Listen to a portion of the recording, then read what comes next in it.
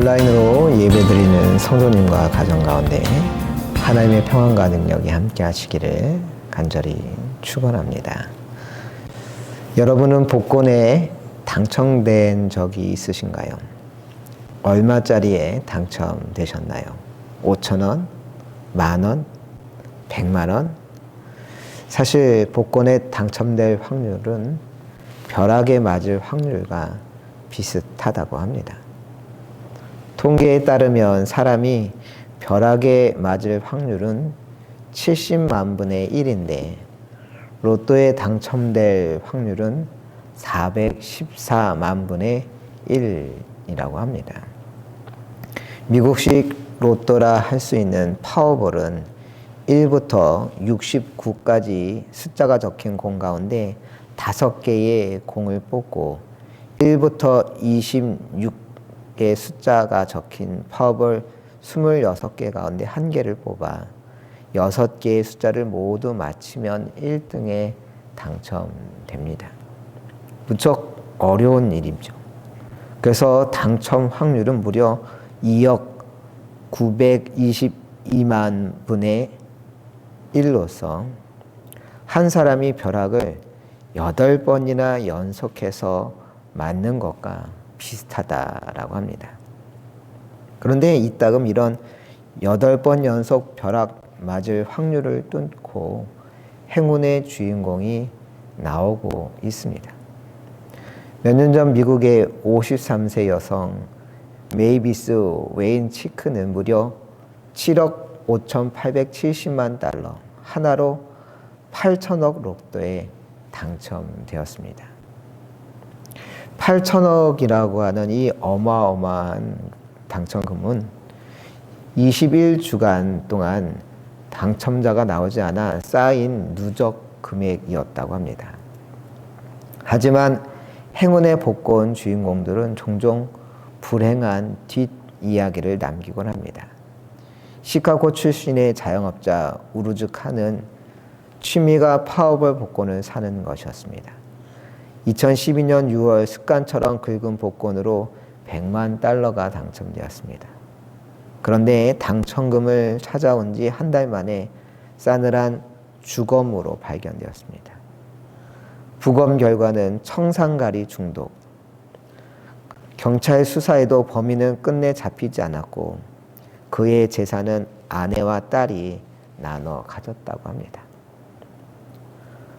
또한 에이브럼 섹스피어는 2006년 191억 원짜리 파워볼에 당첨되었습니다.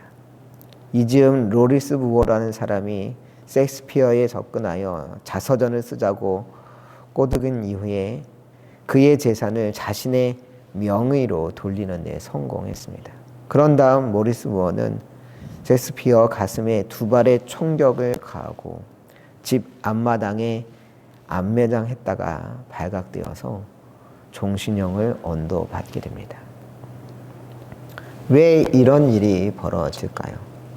로또에 당첨되어 돈벼락을 맞았지만 그게 복이 된 게 아니라 오히려 화가 되었던 겁니다. 뭐가 문제였을까요? 여러분, 복권에 당첨된 건 분명 좋은 일 아닙니까? 나쁜 일은 아니지 않습니까? 그런데 그렇게 엄청난 금액의 복권에 당첨되었지만 오히려 그 일이 화가 되는 이유는 무엇일까요? 우리는 여기서 진짜 복이란 무엇인가 생각해 볼 필요가 있습니다. 진짜 복이란 무엇일까요? 오래전부터 동양에서는 인생에서 바람직하다고 여겨지는 복 5가지를 꼽아 오복이라고 이야기했습니다. 먼저 수, 장수하는 것을 복으로 여겼고, 부, 물질적으로 넉넉하게 사는 것을 복으로 꼽았으며, 강령, 몸이 건강하고 마음이 평안한 것을 복으로 여겼고, 유호독, 덕을 베풀며 사는 것이 복이라 생각했으며, 마지막으로 고종명, 제 명대로 살다가 집에서 죽는 것이 복이라고 믿었습니다. 오래 살고 물질적으로 풍족하고 건강하고 덕을 힘써 베풀며 오래 사는 것이 복이다라고 생각했다는 겁니다. 하지만 이런 것들만이 복의 전부라고 여기며 이런 것들을 추구하는 것이 신앙의 전부라고 여기는 것을 뭐라고 하느냐? 기복주의 신앙이라고 말합니다. 신앙생활 잘해서 세상에서도 인정받고 잘 되는 건 분명 좋은 일이지만 그게 우리가 누려야 할 복의 전부인 양 착각하는 것, 이것이 바로 기복신앙인 겁니다. 신앙생활의 목적을 눈에 보이는 복 받는 것에 한정하기 때문에 기복신앙이 비판받는 것이죠. 그러면 성경이 말하는 진정한 복은 무엇일까요? 오늘 본문에서 예수님께서는 우리가 익히 알고 있는 복과는 전혀 다른, 전혀 상반된 복에 대해 말씀해 주고 계십니다. 예수님께서는 복에 관해서 팔복교회, 현재의 팔복교회가 세워진 곳에서 말씀을 전해 주셨는데 오늘 본문에 보면 예수님께서 어떤 자들이 복이 있다고 하셨는지 구체적으로 알 수가 있습니다. 마태복음 5장 3절 말씀을 함께 읽어보도록 합니다. 심령이 가난한 자는 복이 있나니 천국이 그들의 것이며. 어떤 자가 복이 있다고 했습니까? 심령이 가난한 자가 복이 있다 했습니다. 4절도 함께 읽어봅니다. 애통하는 자는 복이 있나니 그들이 위로를 받을 것이며. 여기서 애통이란 말은 헬라어 펜타오라고 하는 단어를 사용합니다. 이 단어는 가까운 사람이 죽었을 때 터져 나오는 슬픔을 의미하는 단어입니다. 단순히 슬픈 장면을 보고 애처로워하는 정도가 아니라 창자가 끊기는 것 같은 깊은 슬픔이 바로 애통인 것이죠. 한번 생각해 봅시다. 보통 세상에서 이런 사람들은 복받은 사람이라고 할까요? 아니라고 할까요? 아니라고 합니다. 심령이 가난한 사람, 애통하여 눈물 흘리는 사람, 이런 자들을 세상에서는 복 있는 사람이라고 부르지 않고 오히려 낙오자라고 이야기합니다. 그렇기 때문에 세상의 복을 누리려면 예수님께서 하신 말씀을 오히려 반대로 하면 됩니다. 제가 원고를 준비하며 세상의 팔복을 만들어 봤습니다.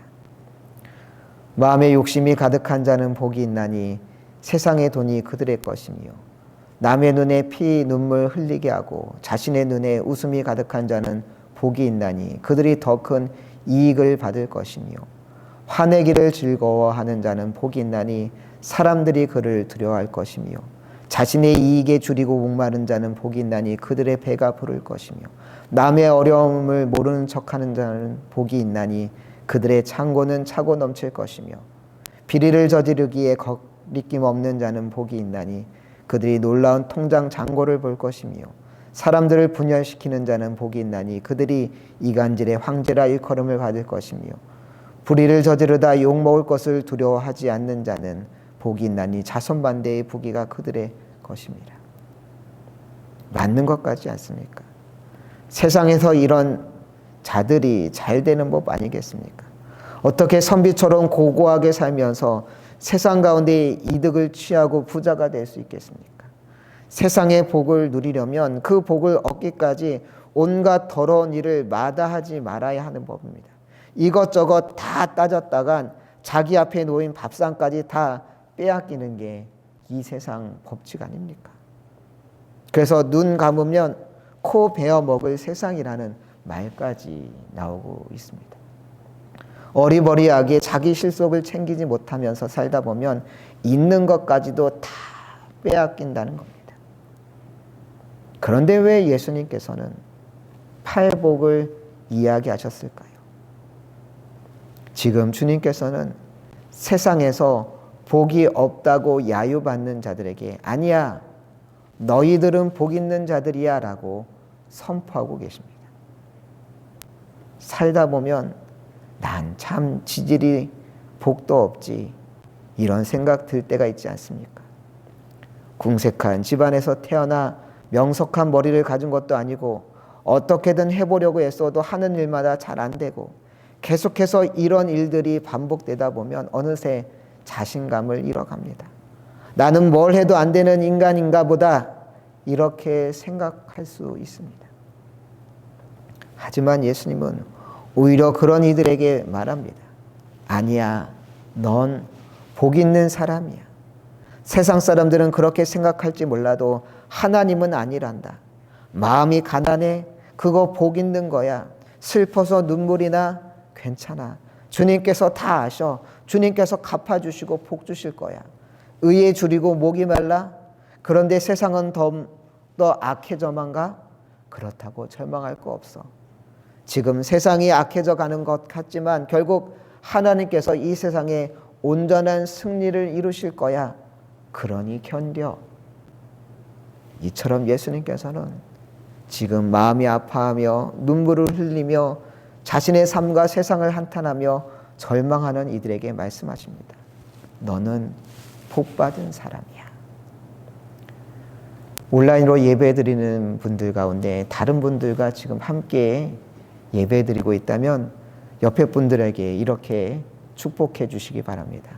당신은 복받은 사람입니다. 그렇습니다. 지금 나에게 얼마나 물질적으로 큰 복이 있느냐가 중요한 게 아닙니다. 그건 세상의 척도일 뿐입니다. 주님께서 말씀하시는 것은 복의 새로운 기준입니다. 주님께서 이야기하시는 새로운 복의 기준은 무엇일까요? 바로 하나님 나라에서 복된 자들이 어떤 자들인지 알려주고 계십니다.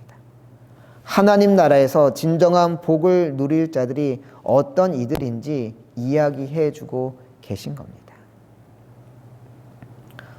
나디아 볼주웨버라고 하는 여성이 있습니다. 그 여성은 온몸에 문신이 새겨져 있는 그런 여성입니다.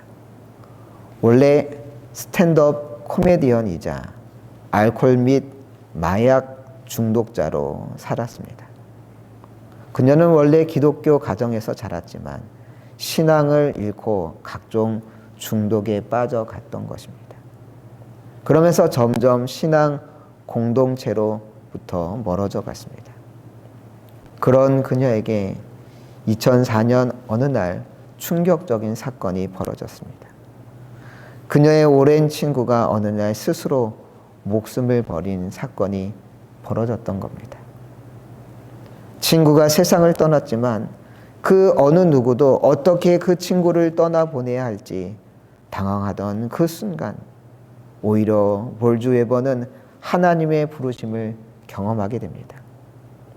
하나님의 은혜는 바로 이런 자들에게 필요하며 이런 이들에게 주님의 사랑을 전하는 일에 자신이 부름받았다고 하는 확신을 갖게 되면서 그녀는 목회자가 되기로 결단하게 됩니다. 그리고 2007년 모든 죄인과 성인의 집이라고 하는 교회를 개척하고 이후 목사 안수도 받게 됩니다. 그녀는 한 청소년 집회에서 이렇게 말했습니다. 술과 마약에 빠져 거짓말과 도둑질을 일삼던 저 같은 사람이 청소년에게 강연하는 건 분명 적절하지 않은 일입니다. 보십시오. 지금도 제 온몸은 문신투성이 아닙니까? 하지만 이걸 알아야 합니다. 하나님은 이런 흠 많은 사람도 쓰신다는 것을 말입니다. 볼주웨버는 그런 자신의 신앙적인 경험들을 바탕으로 어쩌다 거룩하게라고 하는 책을 쓰면서 그 책에서 다음과 같이 말했습니다. 당신은 엉망이지만 사랑받고 있습니다. 약간 분노의 감정 때문에 문제가 있지만 사랑받고 있습니다. 내가 당신을 안 지 오래되지 않았지만 당신은 사랑받고 있습니다. 어떨 때 지독히 혼자인 것 같겠지만 그것은 틀렸고 당신은 사랑받고 있습니다. 지금 겪고 있는 문제가 너무나 커 보이겠지만 당신이 사랑받고 있다는 사실보다 더 큰 게 무엇이겠습니까? 그러면서 볼주웨버 목사님은 말합니다. 예수님은 단 한 번도 세상에서 제일 거룩한 사람을 뽑아 주님을 전하게 하신 적이 없습니다. 주님은 늘 실패자와 죄인을 통해 복음을 전하게 하셨습니다. 이 사실이 저에게 크나큰 위로가 됩니다. 어쩌면 온몸에 문신이 있는 이 여자 목사님에게 강한 거부감이 드는 일도 있을 수 있습니다. 목사가 저래도 되나? 하지만 오히려 주님이 말씀하시는 복음이 무엇인지 잘 보여주고 있다고 생각합니다. 주님은 우리와 같이 연약한 자를 위해 오셨는 줄로 믿습니다. 우리와 같이 연약한 자를 찾아오셔서 너도 복 있는 사람이야. 내가 너를 통해 하나님의 귀한 일을 이루려고 해. 말씀하시는 줄로 믿습니다. 마태복음 9장에는 세리였던 마태가 부름받는 장면이 나옵니다. 세관에 앉았던 마태를 보시고 예수님은 나를 따르라고 하셨고 그 즉시 마태는 일어나 주님을 따랐습니다. 이후 예수님은 마태의 집으로 가 거기서 음식을 드셨고 예수님 곁에는 많은 세리와 죄인들이 모여 들었습니다. 그 모습을 보고 바리새인들은 몹시 못마땅해 했습니다. 마태복음 9장 11절에 이런 구절이 등장합니다. 바리새인들이 보고 그의 제자들에게 이르되 어찌하여 너희 선생은 세리와 죄인들과 함께 잡수시느냐. 바리새인들은 제자들에게 이야기했습니다. 왜 너희 선생들은 세리와 죄인들과 함께 음식을 먹느냐. 세리와 죄인과 같은 상종하지 말아야 할 이들과 함께 하는 게 아니라 우리와 같은 바리새인들, 하나님께서 축복하시는 이들과 함께 해야 되는 거 아니냐. 이렇게 항변했던 것이죠. 그러자 예수님은 그 바리새인의 이야기를 듣고 건강한 자에게라야 의사가 쓸데있는 게 아니라 병든 자에게라야 쓸데있다라고 하시면서 마태복음 9장 13절에서 이렇게 말씀하십니다. 나는 의인을 부르러 온 것이 아니요 죄인을 부르러 왔노라 하시니라. 의인을 부르러 온 것이 아니라 누구를 부르러 오셨다고요? 죄인을 부르러 오셨다고 했습니다. 그렇습니다. 세상에서 죄인이라 낙인 찍혀 주눅들어 사는 우리를 불러 구원의 백성 삼으시기 위하여 주님은 오셨습니다. 그런 우리를 향하여 예수님은 너는 복받은 사람이야. 이제 더 이상 죄인으로 살지 말고 복받은 사람으로 하나님의 백성으로 살아라고 말씀해 주고 계신 줄로 믿습니다. 분당에 만나교회를 담임하는 김병삼 목사님이라는 분이 계십니다. 김병삼 목사님은 아버지의 뜻에 따라서 감신대에 진학했다고 합니다. 그의 아버지 김우영 목사님은 서울 잠실에 천막교회를 개척하여 분당으로 이사하며 3,000명 이상 출석하는 교회로 성장시킨 감리교 안에서 유명한 부흥사였습니다. 그런 아버지의 뜻을 따라 신학교에 갔지만 하나님의 부르심을 확신할 수가 없었습니다. 아버지가 유명한 부흥사라는 걸 주변 사람들이 다 알았기 때문에 사람들 앞에서는 모범생처럼 살았지만 뒤에서는 방황의 세월을 보냈다고 합니다. 신학생 때는 학교 공부를 하지 않고 당구만 쳐서 당구 실력이 300이었다고 합니다. 당구 쳐보신 분들은 아마 알 겁니다. 당구 300 치려면 거의 당구장에서 살아야 가능한 일인 겁니다. 그런데 그걸 신학교 1학년 때 이루었으니 얼마나 당구에만 매진했는지 잘 알 수 있는 겁니다. 신학교 3학년 때에는 그룹 사운드에 들어가 기타 치며 노래만 불렀다고 합니다. 그렇게 소명이 없는 상태에서도 군목 시험을 봐 만 25살에 벌써 목사 안수까지 받았습니다. 그래도 감사했던 것은 군목 2년 차에 일주일간 전심으로 기도하며 하나님의 부르심에 대한 확신을 갖게 되었다는 점입니다.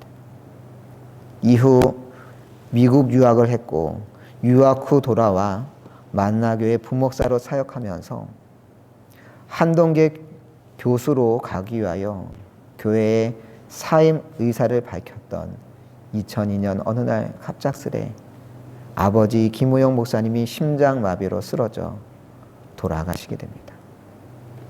당시 교인 3,000명이 출석하는 대형 교회였지만 돌아가신 아버지의 통장에는 잔액이 24,000원 뿐이었고 오히려 교회 건축비만 100억을 넘어서고 있는 상황이었습니다. 그렇게 어쩔 수 없는 상황에서 만나교회 2대 담임 목사가 되었지만 주변의 시선은 좋지 못했습니다. 당시 교회 세습에 대한 문제로 한창 감리교단이 시끄러울 때였기 때문이었습니다. 그래서 김병삼 목사님은 지금은 만나교회의 위기 상황이라 어쩔 수 없지만 몇 년 후 상황이 수습되면 더 이상 사람들이 세습이다 뭐다 그런 소리 안 나오게 오히려 교회를 나가 개척을 해야겠다 그렇게 마음먹었다고 합니다. 그래서 누구보다 열심히 목회해 1년에 1,000명 이상 늘 정도로 교인들이 늘기 시작해 3년쯤 지나자 거의 2배에 이를 정도가 되었고 그 무렵 김병삼 목사님은 이제 교회를 나가 개척을 해도 되겠다 싶은 생각이 들었습니다. 그런데 그때 김병삼 목사님에게 공황장애가 찾아왔습니다. 목사님은 당황했습니다. 나같이 적극적이고 활동적인 사람이 공황장애라니. 더군다나 내가 목사인데 나름 성공적으로 목회하고 있는 목사인데 공황장애라니 도저히 받아들일 수 없었던 겁니다. 하지만 목사님 마음에 불안이 찾아오고 우울한 마음을 떨쳐버릴 수 없는데 어떻게 마냥 아닌 척할 수 있겠습니까? 결국 3개월간 주일에 강대상 앞에 설 수가 없었고 그 후 2년 가까이 설교만 하고 나면 하루 종일 몸살을 끙끙끙 앓아야 할 정도로 좋지 않았다고 합니다. 나에게 왜 이런 일이 벌어졌을까 돌아보며 목사님은 깨닫게 되었습니다. 다른 이들이 세습한 목회자로 바라보는 시각 때문에 스스로를 극도로 다그쳤던 겁니다. 누구에게도 세습해서 담임 목사가 된 게 아니라 내 능력 때문에 만나교회 2대 목사가 되었다는 것을 증명해 보이리라 그런 마음으로 목회했던 겁니다. 목회를 잘해야 한다. 내분이 없어야 한다. 잡음 없이 부흥시켜야 한다. 이런 생각이 김병삼 목사님 머리에서 떠날 날이 없었고 그런 마음으로 목회하다 보니 늘 목회가 긴장의 연속이었고 좋은 성과를 내도 만족하지 못하고 더 과중한 스트레스만 받았던 겁니다. 남에게 인정받기 위한 목회에 무슨 감사와 평안이 있었겠습니까? 그러다가 심령의 한계치를 넘게 되어 공황장애까지 겪게 되었던 겁니다. 그렇게 5년 가까운 시간을 통해 서서히 공황장애를 극복해 가면서 김병삼 목사님은 목회의 방향을 바꾸게 됩니다. 지금까지 더 큰 교회를 만드는 것이 목표였다면 이제부터는 좋은 교회를 만드는 것이 자신의 목회의 방향이다라고 마음먹게 됩니다. 이후 만나교회가 중점으로 감당하게 된 사역이 작은 교회를 세우는 사역이었다고 합니다. 그래서 개척교회들 20교회를 선발해 2년 동안 매달 100만 원씩 후원하여 자립할 수 있도록 물질적으로 도울 뿐만 아니라 교인들까지 파송해 돕는 사역을 시작하였고 이런 프로그램을 통하여 후원받는 미자립 교회들이 2년쯤 지나면 70-80% 이상 자립하고 있게 되었다라고 합니다. 그렇게 더 이상 숫자, 성장 이런 것을 목표로 하는 목회가 아닌 나누고 베풀고 함께하는 목회를 시작했을 때 긴장과 스트레스를 주는 목회가 아닌 기쁨과 행복을 가져다 주는 목회가 되었다고 김병삼 목사님은 고백했습니다. 겉으로 볼 때 분당에 놀랍게 성장하는 교회 담임 목사였지만 김병삼 목사님은 행복하지 않았던 겁니다. 내 실력으로 2대 만나교회 담임 목사가 된 거야. 그렇게 세상 사람들에게 인정받기 위하여 목회하다 보니 그 목회에 무슨 행복이 있었겠습니까? 하지만 누군가에게 인정받기 위한 목회가 아니라 주님을 기쁘시게 하기 위한 목회, 힘들고 어려운 이웃교회를 돕기 위한 목회로 방향이 선회했을 때 비로소 목회의 기쁨과 행복이 찾아온 겁니다. 진정한 복을 누리게 된 것이죠. 우리의 인생도 마찬가지입니다. 여러분의 인생도 이미 복받은 인생인 줄 믿습니다. 물론 여러분의 인생에 세상 사람들이 인정하고 지켜 세워줄 일들만 있는 건 아닐 겁니다. 어떤 이들은 넉넉하지 않은 물질 때문에 늘 쪼들려 살 수도 있습니다. 어떤 이들은 원치 않는 질병 때문에 날마다 끙끙끙끙 앓고 있을지 모릅니다. 어떤 이들은 자녀 때문에 하루도 마음 편할 날이 없을 수 있습니다. 하지만 주님께서는 그런 우리에게 말씀하십니다. 너희가 바로 복받은 이들이야. 지금 현재 궁핍하고 어려운 것으로 위축되거나 절망하지 마십시오. 복받은 자로 당당히 사십시오. 여러분이 어떻게 되면 복받은 자처럼 살 것 같습니까? 통장에 100억이 있으면 복받은 자처럼 살 수 있을 것 같습니까? 자녀들이 서울대에 진학하면 알아주는 가문의 자녀와 결혼하면 복받은 사람처럼 살 것 같습니까? 80대의 육신이 20대의 젊음을 유지한다면 복받은 사람처럼 살 것 같습니까? 물론 그럴 수도 있겠죠. 하지만 그건 다 세상 사람들이 하는 겁니다. 하지만 우리 믿는 자들이 굳이 세상의 복에 따라 살 이유가 어디 있겠습니까? 주님을 믿으십시오. 주님은 마음이 가난한 우리에게 복이 있다 말씀하셨습니다. 마음이 아파 눈물 흘리는 우리에게 복이 있다 말씀하셨습니다. 의에 줄이고 목이 마른 우리에게 복이 있다 말씀하셨습니다. 주님께서 복이 있는 인생이라고 말씀하셨으면 그만 아닙니까? 누가 뭘 더 보증할 수 있겠습니까?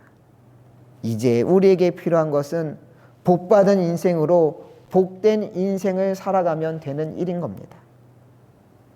여러분은 세상의 복을 누리며 사는 사람입니까?